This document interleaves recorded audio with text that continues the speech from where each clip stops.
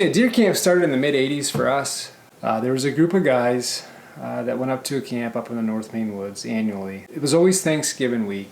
My father is somewhat of a self-taught deer hunter. His father wasn't much of a deer hunter. A big outdoorsman, loved to fish. My grandfather's passion was trolling. My grandfather loved to troll tandem streamers in northern Maine lakes. That was kind of his bread and butter. And his father was a big salmon fisherman, and I don't recall any stories or know of him being much of a deer hunter. Same thing with my grandfather. My grandfather deer hunted. I don't believe he ever shot a deer. They had an annual deer camp, and it was more of just a good time. You guys get together and have a blast. But he was more of a, like I said, a nice out fisherman. Loved to troll tandem streamers behind the boat. My father, learned from reading books, learned by your own mistakes. And there was, I think, a group of guys that were very similar, that were very hard deer hunters, that did the same thing. They ended up in the mid-'80s starting a deer camp, and it kind of just matriculated into this annual tradition. The guy that really kind of headed the whole thing did a really good job organizing the annual camp. There'd be an invitation that would go out every year, and there was always something cool that would be included in the invitation. It may be what the weather pattern is going to be for Thanksgiving week. If there was snow in the forecast, that might be included in there. Some years it may be a story or a little essay about deer hunting, and that would be sent out to the group of guys that would go every year. The first year, I believe they went half of the week. I don't believe any of them shot a deer that week. Hunted really hard though. It was taken pretty serious. But always had a good time back at camp after hunting. Over the years, shot some beautiful deer out of this camp. I think the second year they went up, all the guys shot a deer. I remember in 1991, my father shot a beautiful buck. We had snow early in the year, so it warmed up before our annual deer camp week. And they got to camp, and I think it had melted down to just a few inches of snow, and with a crust on top. And you would think, oh my gosh, it's going to be poor hunting. You can't walk anywhere. It's going to be so loud. You'll scare every deer in the woods, every animal that's around. And he actually hunted from camp that day, Monday and I don't think he hunted the entire year because of work. He was busy. So he went out first thing Monday morning and said, I'm going to hunt right behind camp. And he, I don't think he was out 45 minutes. And it was loud, crunchy. And he comes up onto this skid trail, and I'm not sure if he had saw the buck track, came up on it and started following it. And but anyway, he comes down around the corner, around the skid trail, and the buck was down the skid trail from him, facing him, putting a rub on a tree, and Dad shot it right between the shoulder blades. And that was a beautiful buck, 240 pounds, 10-pointer, Maine Antler Skull Trophy Club. And it hung for a week, weighed 240 pounds after hanging for a week. So it was a beautiful buck, double throat patch, probably one of the prettiest deer I've ever seen. You can shoot some big deer, and sometimes they're not all that attractive. They don't look that great. But it was a beautiful buck. The years progressed, and then my first year, I believe, was 1992. I would have been 10 years old, and I'll never forget my first trip up to camp. The plan was my early years when I turned 10. School was only off Thanksgiving week from like Wednesday on. If Dad shot a deer, he'd come out and get me. And luckily for me, he always shot deer the first few days at camp. And I can recall just the excitement prior to Thanksgiving week. It was like my Christmas. And you're excited.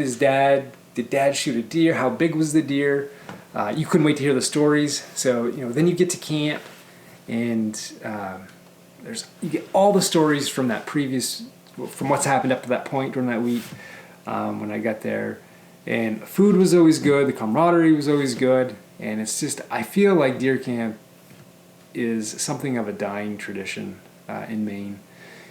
Back then, there was a lot of people that had their own little deer camps, their own little traditions, and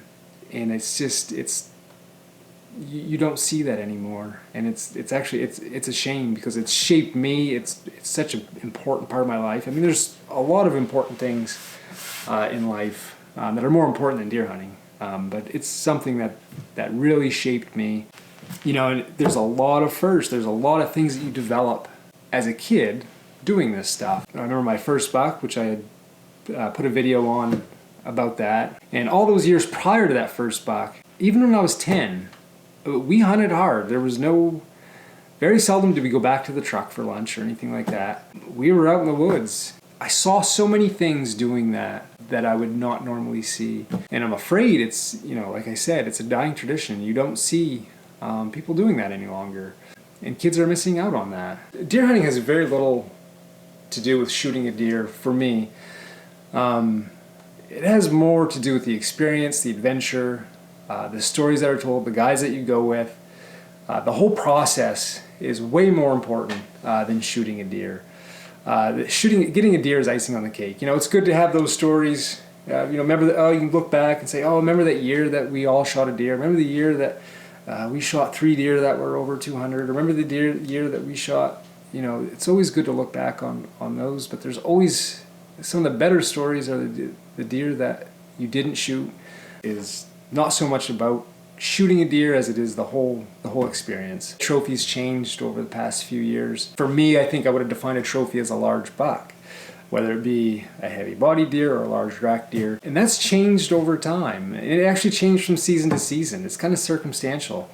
There are years where I would have no qualms shooting a small deer because I've mentioned before, we eat the deer meat. We love venison. It's by far our favorite deer meat. But I've had years where I want to shoot the biggest buck that I can. But I can remember there was a deer a few years back. It was the last day of the season. We had snow.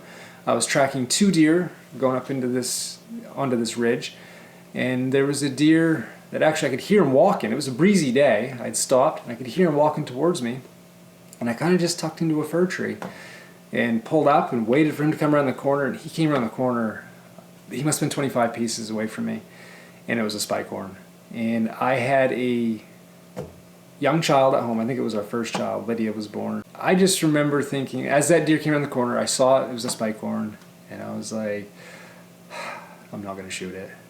And then I was like, well, we'll see how close it gets to me. And as he got a little bit closer, I started playing in my head how excited Lydia would be to see the deer, and it's the last day of the season and we'll eat it. So I thought no more, shot the deer, and yeah, that was a trophy for me for that season. So trophies vary from year to year. I've got a lot of deer around our house, and I have no interest in shooting a deer out back. It's just, again, it could be a huge buck out back, and I don't think I would get that excited about it. So when I was finally old enough to go, I just remember it was just fantastic stories. Fantastic experiences that a lot of kids don't get to, they don't experience this nowadays.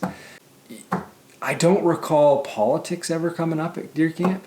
We've had plenty of discussions at camp about some of the game laws and debates about deer management, stuff like that. Those can get a little heated, but I don't ever recall politics coming up or any type of anything of any political nature. I don't recall that ever happening up at camp. Just strictly was a good time. Guys had a blast. Serious about deer hunting, but still could have a good time. And we always shot deer. And as the years went on, the deer population in northern Maine kind of fell by the wayside. And we transitioned from one camp down to another. Went a little bit farther south in the North Maine woods, where there was a little more deer. And then that kind of started to dry up. And so over the years, that original deer camp, the original group of guys, over time, it's kind of fizzled out. But it's still an important tradition for me, for my father, and hopefully for my kids. Every year, the countdown starts the day you leave deer camp.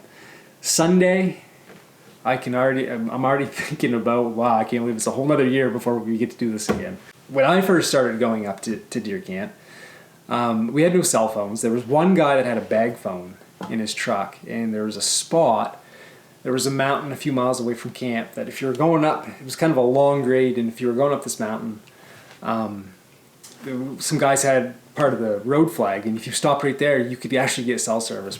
We called it the phone booth. And every now and then we'd take a ride out to the phone booth to make a phone call if someone wanted to say hi to their family or something like that. But other than that, up at camp, you basically were out of touch from everything for a week. And that's something that's few and far between nowadays. You don't get that break. We're bombarded with news. Our phones are going off. It's just a constant. You can't get away from anything. That was a a fantastic part. And of course, you didn't appreciate it as much then because it wasn't as bad as it is now. But even to this day, when I go to camp, everything's off. I don't want to, and we don't have cell service. There's a few spots where we can get cell service. We don't have a lot of cell service, so by no means I'm not looking to have any.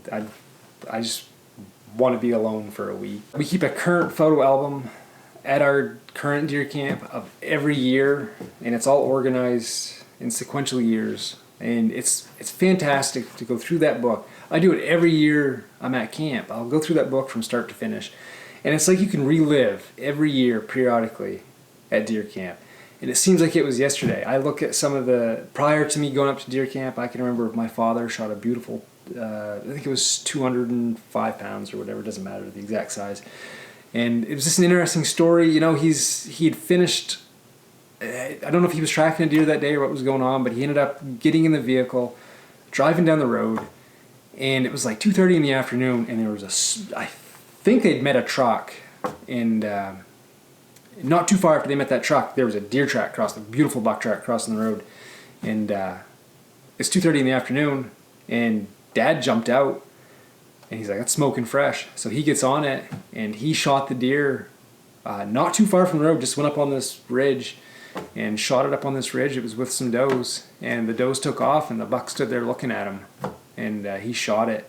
Didn't even have time to drag it out, or he took care of it. I think he put a vest over it and headed back out to camp, and the guys went back in that night and drug it out. So there's all kinds of good stories as you reminisce about previous seasons. So yeah, at our camp now, you can go through every year, and it's, like I said, it's very vivid. It brings you right back to that point in time. So I don't know where things are going as far as deer camp.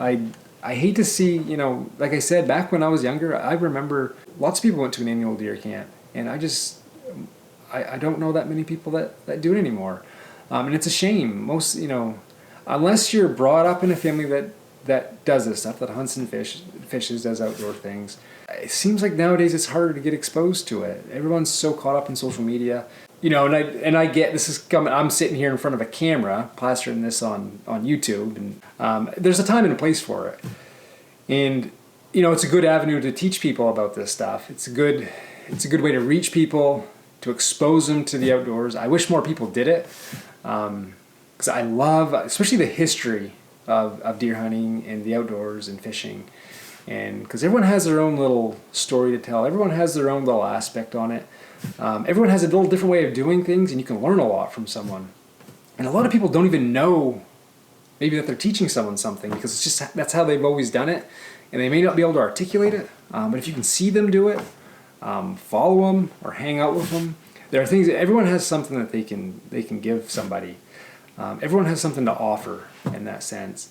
And like I said, I feel like unless you grow up in a family that does it, or you marry into a family, it's very hard now for kids to get into outdoor activities. It's just, you know, there's too much vying for people's time. There's too much vying for kids' time.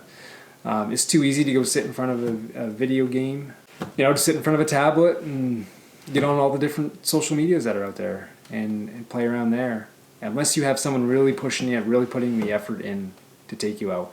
So fortunately for me, I had someone who was really interested, and it was all year long. It wasn't just one season. It wasn't just deer season. It wasn't just fishing season.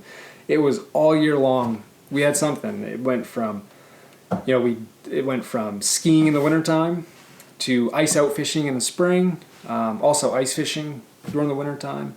Then it rolled into fly fishing, and then it rolled into bird hunting, and then deer hunting. So there was a continual, you're constantly being pushed to go outside and do these outdoor activities.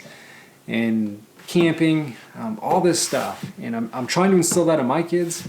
And I hope, you know, people take it seriously and, you know, do the same thing for their kids. And if they don't have kids, you know, find a kid that doesn't get these chances to go out and do this stuff, and take them with you, because it really does shape a kid's future. And I mean, I know it did for me. Like I said, looking back, deer camp, is such a huge, at the very least, it's just something that I look forward to and I'm very excited for. And I still am. I'm 39 now, and I'm just like a kid in a candy store when fall time rolls around. Deer camp was a very social event. It was very, meals, stories. The whole thing was just it was a big social event, and like I said, it was very little about shooting a deer, very little about what you shot for a deer. Although it was important to us, that wasn't the sole purpose of the trip. At the end of the day, it was to go have a good time, spend some good times with your friends, and have a good time. And if you shoot a deer in the process, that's just the icing on the cake. So yeah, that's how deer camp started for us. It's an important aspect of my life. It's something that I cherish and I'm very grateful for.